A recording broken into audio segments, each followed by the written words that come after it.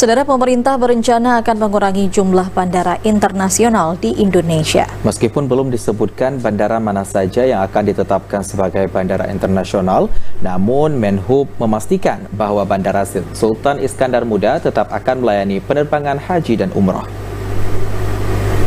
Menteri BUMN Erick Thohir menyatakan bahwa pemerintah telah menyepakati akan mengurangi jumlah bandara internasional di Indonesia menjadi 14 hingga 15 bandara saja. Pengurangan ini dilakukan untuk memaksimalkan jumlah masyarakat yang melakukan perjalanan domestik dan menurunkan jumlah orang yang akan melakukan perjalanan ke luar negeri sehingga sektor pariwisata lokal dapat kembali bangkit.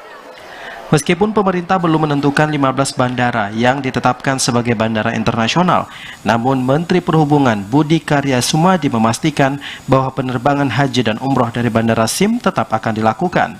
Tidak hanya itu, konektivitas dari sejumlah bandara daerah menuju Tanah Suci melalui Bandara SIM akan terus ditingkatkan. Hal tersebut disampaikan Menhub usai melakukan peninjauan di Pelabuhan Uleli, Banda Aceh. Kita pastikan umroh dan haji itu dari sini, ya. Jadi silakan kita konsolidasikan jumlah penumpang supaya jangan ke Medan, dari sini banyak. Bahkan saya akan konsolidasikan dari beberapa kota mampir di Banda Aceh, terus ke umrah dan haji nantinya, ya.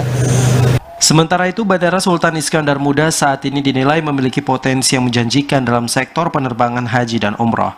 Hal ini mengingat posisi Bandara SIM yang strategis dan lebih dekat menuju ke Tanah Suci.